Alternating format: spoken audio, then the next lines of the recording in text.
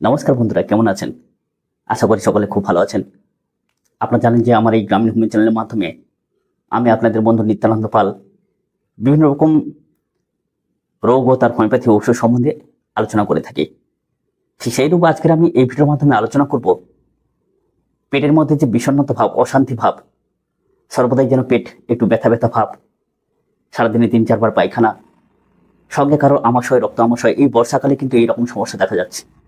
বিশেষ করে এই সময়টা একটু আম কাঁঠালের সিজন না, এই অতিরিক্ত আম খাওয়ার ফলে অনেকের পেটের সমস্যা, এছাড়াও অতিরিক্ত পরিমাণে কাঁঠাল খাওয়ার জন্য অনেকের পেটে সহ্য হচ্ছে না, তার জন্যও পেটের সমস্যা, আমাশয়, রক্ত আমাশয় যারা কষ্ট পাচ্ছেন। আসুন, এই যে পেটে যে বিষণ্ণতা বা অশান্তি ভাব, সর্বদাই যেন পেটে একটা খিটখিটে ব্যথা ভাব, পেটটা শক্ত হয়ে আছে, চমবুসকা ঢেকুর, এরকম সমস্যা কাদের বেশি হচ্ছে? যাদের হজম ক্ষমতা হ্রাস হয়ে গেছে, বহুদিন যাবৎ যারা ঠিকমতো হজম করতে পারছেন না, গ্যাসের সমস্যা, অ্যাসিডিটির সমস্যা, তাদের এরকম সমস্যা কিন্তু বর্তমান দিনে বেশি দেখা যাচ্ছে। সাথে সাথে এই সময় আমের সিজন, এই আমের সিজনে যারা অতিরিক্ত পরিমাণে আম খাচ্ছেন, আমাশয় পিঠা সৃষ্টি হচ্ছে।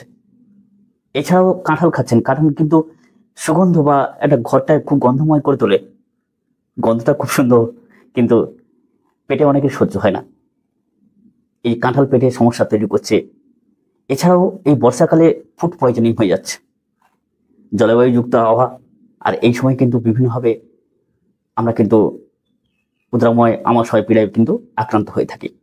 যদি আমরা এইরকম সমস্যায় ভুগি, কিছু ঘরোয়া উপায় তো অবলম্বন করতে হবে, সঙ্গে হোমিওপ্যাথি ওষুধ তো অবশ্যই সেবন করতে হবে। যেমন যদি আপনার বারবার পাতলা পায়খানা হয়, পেটে সমস্যা হয়, কি রক্ত আমাশয় হয়, আপনি যে জলটাকে খাচ্ছেন সেই জলটাকে একটু ফুটিয়ে খাবেন, কারণ এই জলের মাধ্যমেও পয়জনিং হতে পারে, বিভিন্ন খাবারের মাধ্যমেও পয়জনিং হয়ে যায়। তো তার জন্য কি কি হোমিওপ্যাথি ওষুধ আছে, কেমন প্রকৃতির লক্ষণ থাকলে কোন কোন হোমিওপ্যাথি ওষুধগুলো সেবন করা উচিত, সমস্ত কিছু এখানে পাই টু পাই বিস্তারিতভাবে আলোচনা করব। তবে বন্ধুরা, সর্বাগ্রে একটা জিনিস লক্ষ্য করতে হবে, যাতে করে আপনার হজম ক্ষমতা ঠিক থাকে। খাবারের উপরে খাবেন না, এই অনিয়মিত খাবারের জন্য পেটের সমস্যা হয়ে থাকে। আপনি এক্ষুনি খাচ্ছেন, আবার একটু পরে খাচ্ছেন, ভরা পেটের উপরে আবার খাচ্ছেন, এটা কিন্তু সমস্যা তৈরি করে। আর একটু আগে বললাম যে বর্ষাকালে যে অতিরিক্ত পরিমাণে ফল পেটে সহ্য হয় না, তার জন্য উদ্রাময় বা আমাশয় সৃষ্টি হয়। আসুন, প্রথম যে হোমিওপ্যাথি ওষুধ সম্বন্ধে আলোচনা করব সেটা সকলেরই জানা, নাক্স ভূমিকা, এছাড়া কিন্তু গতিডিন। কারণ এই ওষুধটা এমন, আপনার যে কোনো পেটের সমস্যা হোক না কেন, আপনি নাক্স ভূমিকা খাবেন, দেখবেন অন্তত 1-1.5 ঘন্টার মধ্যে আপনাকে কিছুটা হলেও স্বস্তি দিতে পারবে, রিলিফ দিতে পারবে। এটা কিন্তু কোনো ডাক্তারবাবু অস্বীকার করতে পারবেন না, পারবেন? কারণ এই হোমিওপ্যাথি ওষুধটাকে লেখক লবণের সঙ্গে তুলনা করেছেন। আপনি যেই প্রকার রান্না করুন না কেন, যত রান্নি হন না কেন, এই লবণ ছাড়া কিন্তু কখনো আপনি রান্নাকে খুব সুস্বাদু করতে পারবেন না, বা মনোগ্রাহী করতে পারবেন না, রুচিগ্রাহী করতে পারবেন না। অতএব আপনার যে প্রকার সমস্যা হোক না কেন, আপনি হাতের কাছে ডাক্তার পাচ্ছেন না, কি ওষুধ নির্বাচন করতে পারছেন না, সহসাহপত নাক্স ভূমিকা 200 পেটের সমস্যার ক্ষেত্রে আপনি 2-1 মাত্রা খেয়ে নেন, একটু গরম জল খেয়ে নেন, তৎক্ষণাৎ দেখবেন আপনি রিলিফ পাচ্ছেন 1-1.5 ঘন্টার মধ্যে। কিন্তু এই প্রকার রোগটাকে আমাদের সারিয়ে তুলতে হবে। যাই হোক, তবুও নাক্স ভূমিকার লক্ষণ, যে ক্ষেত্রে আপনি নাক্স ভূমিকাকে প্রয়োগ করে রোগটা সারাতে পারবেন, যেমন ধরুন বসে দিন অতিবাহিত করা, অতিরিক্ত ঝাল মশলাযুক্ত খাবার খাওয়া, পেটে সহ্য হয় না তবুও খেতে পছন্দ করেন, রাগে খিটখিটে, এই প্রকৃতির রোগীদের ক্ষেত্রে কিন্তু নাক্স ভূমিকা দারুণভাবে কার্যকরী। তো নাক্স ভূমিকা আপনার 200 পটেন্সি, তাহলে বাচ্চাদের 200 পটেন্সি দেবেন না, সেখানে আপনারা 6 বা 30 পটেন্সি দেবেন। তো সারাদিনে 3-4 বার আহারের আগে 1 থেকে 2 ফোঁটা করে সেবন করুন, দেখবেন দারুণভাবে কাজ পাবেন। 2 নম্বর যে হোমিওপ্যাথি ওষুধটা সেটা হচ্ছে চায়না। বন্ধুরা, এই সময় বললাম না, ফল অনেকের পেটে সহ্য হচ্ছে না, এই ফল খেয়ে যাদের পেটে সমস্যা আসে, সেখানে কিন্তু এই চায়না কিন্তু মন্ত্রবৎ কাজ করে। যারা আম খাচ্ছেন, কাঁঠাল খাচ্ছেন, পেটে সহ্য হচ্ছে না, অতিরিক্ত ফল খাচ্ছেন কম দাম পেয়ে, যাই হোক, সেই জন্য যদি আপনার পেটে সমস্যা হয়ে থাকে, তাহলে চায়না দারুণভাবে কাজ করবে। চায়না 30 পটেন্সি আপনি দিনে 3-4 বার পর্যন্ত ব্যবহার করতে পারেন। সঙ্গে যদি পাতলা পায়খানা, অজীর্ণ পায়খানা, আপনি গোটা পায়খানা করছেন, আপনার যে পাতলা পায়খানা হচ্ছে তার সঙ্গে গোটা গোটা খাবার, যে ফল খান বা অন্য কিছু খান, সেটা কিন্তু গোটা নির্গত হয়, তাহলে আর কোনো কথা নেই, সেখানে কিন্তু চায়না মন্ত্রবোধ কাজ করে। এবারে যে ওষুধটার কথা বলবো সেটা হচ্ছে কি পডোভাইলম। আপনি পাতলা পায়খানা করছেন, উদ্রাময় ভুগছেন, সঙ্গে আপনার এমনই সমস্যা যে পেট প্রচুর পরিমাণে ভুলভাট করছে, গোগা করছে, পিচকারির মতো করে জল পায়খানা বেরিয়ে যাচ্ছে। বেশিরভাগ কিন্তু এটা বাচ্চাদের হয়ে থাকে। তো বাচ্চাদের তো পডোভাইলম দারুণভাবে কাজ করে। যদি পেট শক্ত হয়ে থাকে আর পেটে যদি এরকম গোগা বা আষাঢ়ে দুর্গন্ধযুক্ত এরকম জলের মতো পাতলা পায়খানা হয়ে থাকে, তাহলে আর কোনো কথা নেই, সেখানে কিন্তু পডোভাইলম সবথেকে দেখবেন যে পেটে প্রচুর পরিমাণে ভুলভাট শব্দটা থাকে। পডোভাইলম 200 পর ইঞ্চি বেশি কার্যকরী, 30 পর ইঞ্চিতে অনেক সময় রোগ বৃদ্ধি হয়ে যায়। তো বাচ্চাদের ক্ষেত্রে আপনারা কি করবেন, সরাসরি 200 পর ইঞ্চি ব্যবহার না করে 5 ml ডিস্টিল ওয়াটারের মধ্যে 7 ফোঁটা মতো ভালো করে মিশিয়ে ফেলুন, দিয়ে জোর করে 10-15 বার ঝাঁকি দিয়ে নেওয়ার পরে সেই জলটাকে আপনি 7 ফোঁটা 6 ফোঁটা করে ব্যবহার করুন। আসলে বন্ধুরা, এবারে যে হোমিওপ্যাথি ওষুধটা সম্বন্ধে আলোচনা করবো সেটা হচ্ছে মার্শাল।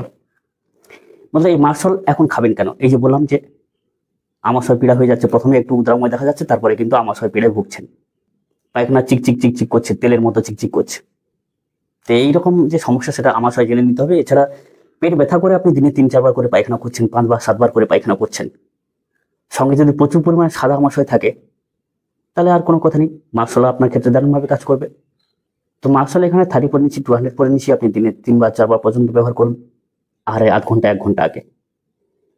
আর যাদের পেটটা শক্ত হয়ে আছে, পায়খানা করে এসছেন, আবার দেখবেন মনে হয় যেন ঘন্টাখানেক পরে আবার একটু পেটে অশান্তি ভাব, বিষণ্ণতা ভাব, এটা কিন্তু মার্শালে দারুণভাবে কাজ করে। আপনারা অনেক ওষুধ সেবন করেছেন, এই প্রকার লক্ষণ আপনারা মেলাতে পারছেন না, পেটটা অস্বস্তি ভাব, দিনে 4 বার 5 বার করে পায়খানা, দারুণভাবে কাজ পাবেন। বন্ধুরা, এবারে আসি মার্ক করের কথা। ধরুন সাদা আমাশয়ের ক্ষেত্রে কি বললাম, মার্শাল, কিন্তু যদি রক্ত আমাশয় হয় সেক্ষেত্রে কিন্তু মন্ত্রবোধ কাজ করে এই যে মার্ক কর। 30 পর ইঞ্চি আপনার দিনে 4 বার করে ব্যবহার করবেন, 2 দিনে সুস্থ হয়ে যাবেন, একদিনেও খুব দারুণভাবে রেজাল্ট পাওয়া যায়। তা আহারে 1 ঘন্টা আগে যেরকম অন্যান্য ওষুধগুলো সেবন করতে বললাম, দিনে 3 বা 4 বার করে। সঙ্গে যদি মনে করেন যে আপনি বাইকিং ওষুধ খেতে পছন্দ করেন, তো সেই প্রকার ক্ষেত্রে যদি আপনার সেক্ষেত্রে যদি আপনার এরকম রক্ত আমাশয় আপনি ভুগে থাকেন, তাহলে ক্যালিমিউর আর ফেরামফস, ক্যালিমিউর 6x 2টি ট্যাবলেট আর ফেরামফস 6x 2টি ট্যাবলেট, একত্রে 4টি ট্যাবলেট সকাল দুপুর বিকাল রাতে দিনে 4 বার করে সেবন করবেন। কি বললাম, যারা বায়োকেমিক ওষুধ সেবন করতে চাইছেন, হোমিওপ্যাথি পছন্দ করেন না, হোমিওপ্যাথি খান না, বায়োকেমিককে পছন্দ করেন, তো তারা এরকম বায়োকেমিক ওষুধ রক্ত আমাশয়ের ক্ষেত্রে ব্যবহার করবেন, দারুণভাবে কাজ পাবেন। বন্ধুরা, এবারে আজকের শেষ ওষুধ, যেটা ফুড পয়জনিং হয় বর্ষাকালে, বিভিন্ন রকম শাকসবজি খেয়ে হোক, শশা খেয়ে হোক, কিংবা কোনো জল থেকে, এরকম কোনোভাবে যদি আপনার এরকম ফুড পয়জনিং হয়ে পাতলা পায়খানা হয়, পেটে জ্বালা থাকে, গলা বুক জ্বালা থাকে, আর প্রচন্ড পরিমাণে আপনি জলের মতো পাতলা পায়খানা করছেন, সেখান থেকে আপনি পরপর দুর্বল হয়ে পড়ছেন, কিন্তু অস্থিরতা আপনার ভিতরে প্রচুর, ভিতরটা যেন অশান্তি, ছটপটানি, মৃত্যু ভয়, এরকম ধরনের অনেকবার পাতলা পায়খানার পরে যদি আপনার এরকম যে আপনি হিমাঙ্গ হয়ে পড়ছেন, আপনার শরীরটা শীতল হয়ে পড়ছে, তাহলে সেখানে কিন্তু আর্সেনিক অ্যালবাম আপনাকে একমাত্র বাঁচাতে পারে। যদি আপনি ধরে নেন যে ফুড পয়জনিং, কোনো দিকে না লক্ষ্য করে প্রথম হোমিওপ্যাথি ঔষধ কিন্তু আর্সেনিক অ্যালবাম। তবে বন্ধুরা, এই ওষুধটাকে দিনে 3 বারের বেশি ব্যবহার করবেন না, আপাতত 2 থেকে 3 ঘন্টা পার্থক্য রেখে তবে ব্যবহার করবেন। যে পেটের সমস্যা থেকে মুক্তি পেতে গেলে আপনাকে কয়েক প্রকার ঘরোয়া উপায় অবলম্বন করতে হবে। সেটা হচ্ছে কি, অল্প মাত্রায় ঘন ঘন সেবন করুন। যাদের হজম ক্ষমতা হ্রাস আছে, মানে অনেকদিন পর্যন্ত হজম ক্রিয়ায় ভুগছেন, যে ঠিকমতো হজম হচ্ছে না, তারা কিন্তু অল্প বিস্তর খাবেন, ঘন ঘন খাবেন। গরম জল সেবন করুন আহারের 1 ঘন্টা আগে, 1 ঘন্টা পরে। এই গরম জল যে কতটা কাজ করে, অনেকে বলে গরম জল শরীর গরম করে দেয়, ভুল কথা, কখনো গরম করে না। কেরালার লোকেরা সবসময় গরম জল পান করে, তারা কি মরে গেছে? তারা অনেক সুস্থ আছে। এত গরমে আমাদের থেকে ওখানে তাপমাত্রা অনেকটা বেশি, তারা তাহলে ভালো থাকে কি করে এত গরমের দিনে? তারা তো সর্বদাই জল ফুটিয়ে খায়, কুয়ার জল। তো এইরকম ভুল সিদ্ধান্ত বা ভুল মন্তব্যগুলোকে ছেড়ে ফেলুন, নিজেরাই পরীক্ষা করুন।